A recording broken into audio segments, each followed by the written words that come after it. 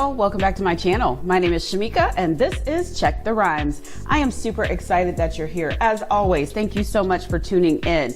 Y'all, have an exciting show planned for you today, but first make sure you hit the subscribe button and tap the bell icon if you want to be notified whenever I upload a video, which is often, so you don't want to miss out on all this delicious content, do you? And make sure you check me out over at my media partner, sweet929.tv, and of course on the Zonify app under the Expression tab.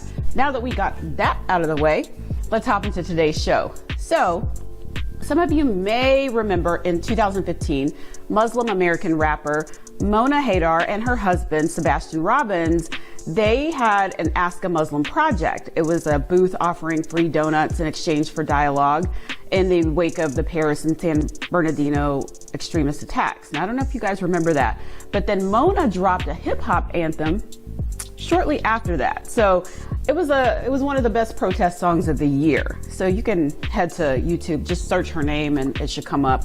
Anyway, the two of them are now starring in a new PBS series, The Great Muslim American Road Trip. So I'm super excited about this because this should be fun. Any road trip is fun, right? So anyway, it premieres on Tuesday, July 5th, again on PBS at 10 o'clock. So they are here to talk about this amazing road trip and all the things that they discovered. So stay tuned. You definitely don't want to miss today's show. Hi, Mona and Sebastian. Welcome to Check the Rhymes. How are you? We're doing great. How are you? Doing well. I'm super excited about this show, The Great Muslim American Road Trip. So I have to know, what is the show, for the people listening, what is the show about and how did it come about? I guess that's the biggest question. Yeah, about a year into the pandemic, like a lot of families, we had spent so much time together, but also with our children.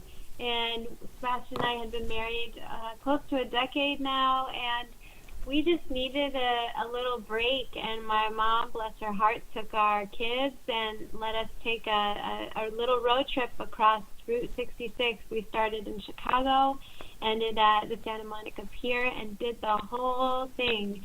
And it was an education. We learned a lot, and we walked away with, I think, a stronger marriage.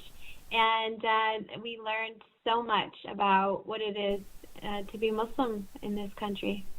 Wow. So, how long did the trip take total? Because, I'm thinking being with someone in a car that long, I'm sure there's some arguments over even little things like music or somebody smacking too loud when they're eating their snacks or something. Like, how was that riding in a car together that long? Oh, yeah, you see a lot of that. And really, that's part of the beauty of the show is you get to see a regular couple arguing and connecting over regular everyday things, two people who just happen to be Muslim. And I think that's kind of the power of what comes through. And yes, you see us arguing, you see us making up, but you see us also having fun. But beyond that, veneer is really the education that we got and that viewers get to have along with us. The show is not just us, arguing about potato chips and music. You do see that, but it's really about deepening our sense of what makes up this country and, these extraordinary people in unlikely places along Route 66 who had beautiful stories, inspiring stories, and historical stories to tell us. Wow. So is there something that really, it sounds like you guys had a great education during this trip, but is there one particular moment that maybe we won't see that stands out to you? Yeah, there's actually a couple. A few of the mosques we visited along the way were actually victims of arson. And that doesn't necessarily make it into the show, but for me it was so impactful because these people are not just survivors and resilient. They go above and beyond and met hatred and bigotry with so much love and forgiveness. And for me, that was just a powerful lesson. We met people doing incredible work in their communities We met a woman in Las Vegas, for instance, who her name is Mama Nisa, and she actually recently passed away, and I just feel so grateful to have been able to spend a little bit of time with her. This is a woman who had an idea and saw a need in her community, in her neighborhood, for fresh fruits and vegetables. And she went into her own pocket, filled up her trunk at the grocery store, and went around her neighborhood just giving away free fruits and vegetables. And this is a practice that is still done today in her community, and this is probably 20-something years ago. And around that small practice of her just seeing a need and trying to fulfill it in her neighborhood, an entire community center grew, a mosque grew, a place where people can get affordable housing, place where people can get job training. They welcome people home who were recently released from incarceration. They work with people who are often forgotten by society, and they do it with so much love and grace. And for me, that was just like such a transformational experience to meet a woman like her who really walked her faith and lived her faith.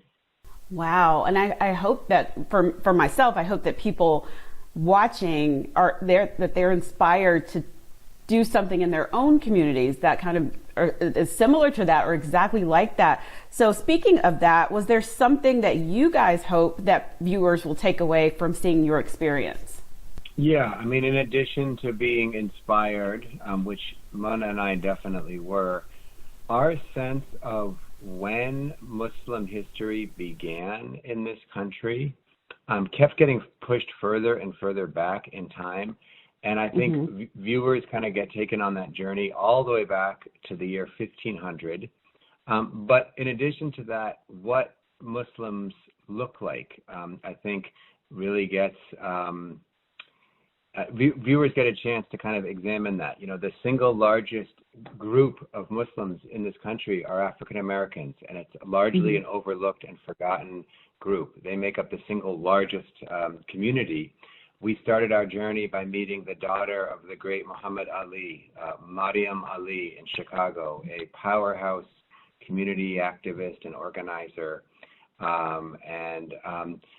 You know, a lot of these things are implicit, they're not explicit, but I think you get to see what the face of Islam actually looks like, not just with daughters of celebrities, but restaurant owners and moms and daughters and actors and everything in between. Wow, I cannot wait to check this out. I want to thank you both for joining me today on Check the Rhymes. The Great Muslim American Road Trip premieres on Tuesday, July 5th on PBS at 10 o'clock, but everybody should check their local listings. Thank you again. You're welcome. Thanks for having us on.